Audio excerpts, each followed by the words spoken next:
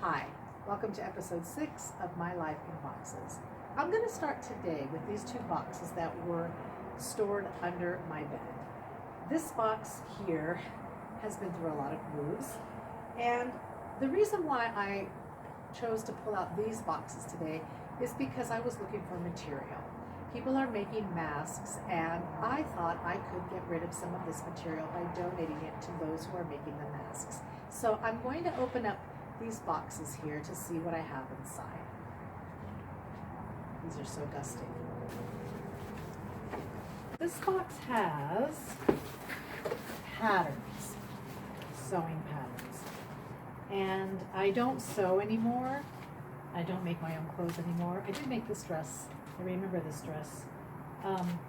And I guess I intended to keep sewing, but wow. I made these tops in junior high school in home ec. So I will be getting rid of these patterns and glue dye.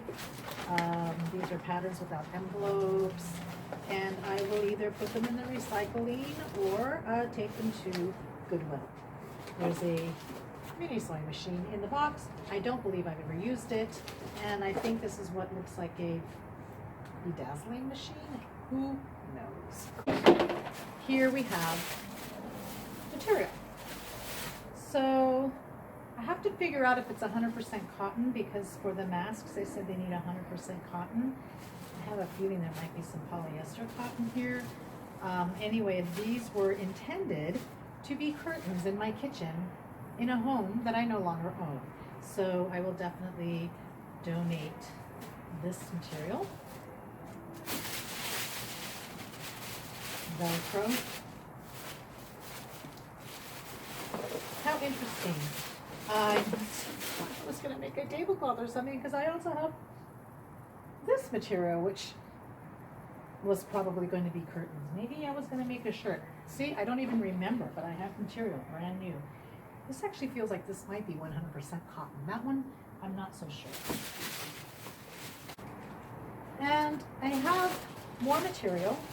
This bag here has some material of a dress, which I think my aunt was going to make. And I found this when she passed away, and I think I thought I would finish the dress. And of course, I didn't. She passed away in 1989. Oh, why do I have this? And here's another bag of material. This material was purchased in Tahiti with the intention of making a dress. I believe I was going to make a sarong for my stepdaughter. And yes, here's the shirt pattern. Oh, this one has long sleeves. Maybe I can make a shirt for someone. And yeah, I think I was going to make shirts. This box says J picks albums, etc. So we can guess that it's probably photo albums. I've got my scissors. This box is so smashed, so it's not full to the brim.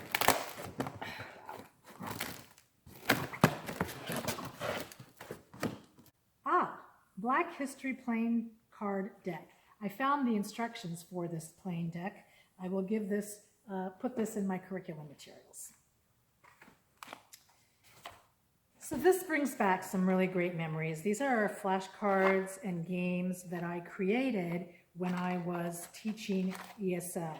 So I think we used to play like bingo or concentration. So I would make these little cards. I probably had some student make them for me.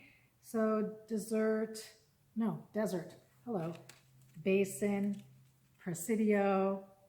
Oh, you know what? Maybe I didn't make these. Maybe I bought these because they seem to be all related to California. And we used to have a California unit when we would teach ESL, intermediate ESL.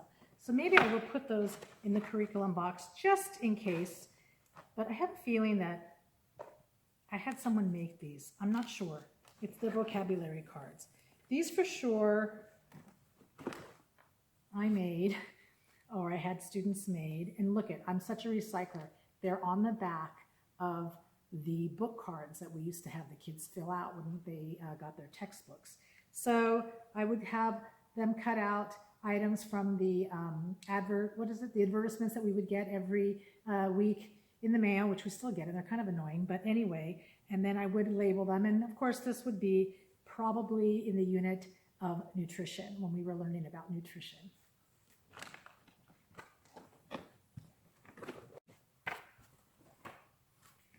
Do you guys remember these design books?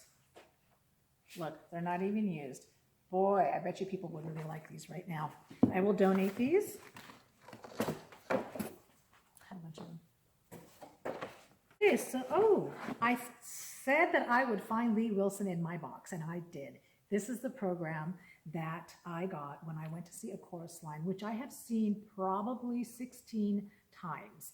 I saw it in Los Angeles, I saw it in England, I saw it in Las Vegas, I saw it in New York, I saw it here in Hollywood. So I've seen this show so many times, and Lee Wilson once stayed with me in Las Vegas when she was doing a show, and I have this in my playbill book. So that empty playbill book is probably for these, and she's in here, Lee Wilson, I think, because I remember pulling it out of my shelf.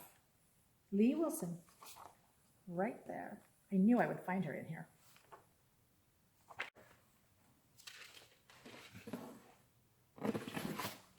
The House on Mango Street. What is this? This is so funny. I'm not sure why this is stapled to this. I don't even know who that is. So these were books that I had the kids make on their own lives using the chapters from The House on Mango Street. That was a really fun project to do with them. That was a very popular book at the time. So I do have a couple of these real stories of my life. I dedicate this book to my mother and to my father that has always been there. I also want to give thanks to all my teachers that had helped me. Now realize these are kids who are learning English. These were not students born here. These are immigrant kids. I'm probably going to keep these. Andy Arana, The Life of Andy Arana. I remember Andy Arana. He was a little slow, but he was so sweet. I dedicate this book to my teacher, Mrs. Shady, because, C-O-U-S-E, she was telling me to work hard, but I did not do it. I will try to work more hard. That's why I dedicate this book to her, and I hope I will do more better next time. Andy Arana. I have tears in my eyes right now reading this because I remember him so vividly, and teaching was not easy, but I remember that I did enjoy teaching ESL. Anyway, sorry. Journal, Acting 2, Arizona Highways. This is a magazine that I found in my mother's things, and my mother actually painted a picture from this magazine. And we used to have it, actually used to be hanging in my aunt's house. And I don't know what happened to that painting. I really wish that painting would show up somewhere, but you know, things got lost. It was my aunt and my grandmother's house, and then my other aunt moved in there when my aunt and my aunt passed away. And so she took the picture off the wall and didn't think to give it back to my mother. I think they put it in the garage, and then I think when my aunt died, things just disappeared. I never found this painting. I hope that it's hanging up in somebody's house that can appreciate that my mother did these paintings well into her later life. I think after 50, she learned how to oil paint. I have about 4 of her paintings in my place. I will keep this. Looks like a textbook from college, some maps, some programs,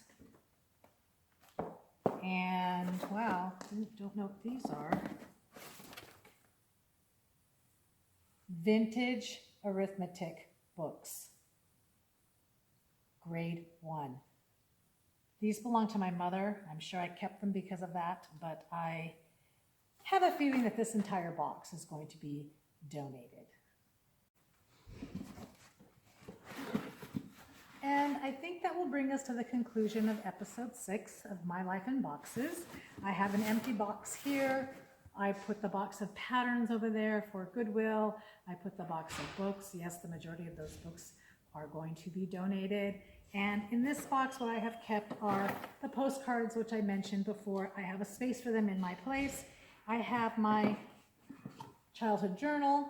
I'll find a space for that. A couple of books and a photo album from my students. So this will be taken up into my place. And then as you can see, I hope over here in this area, there are no boxes. So I've actually cleared out a few boxes.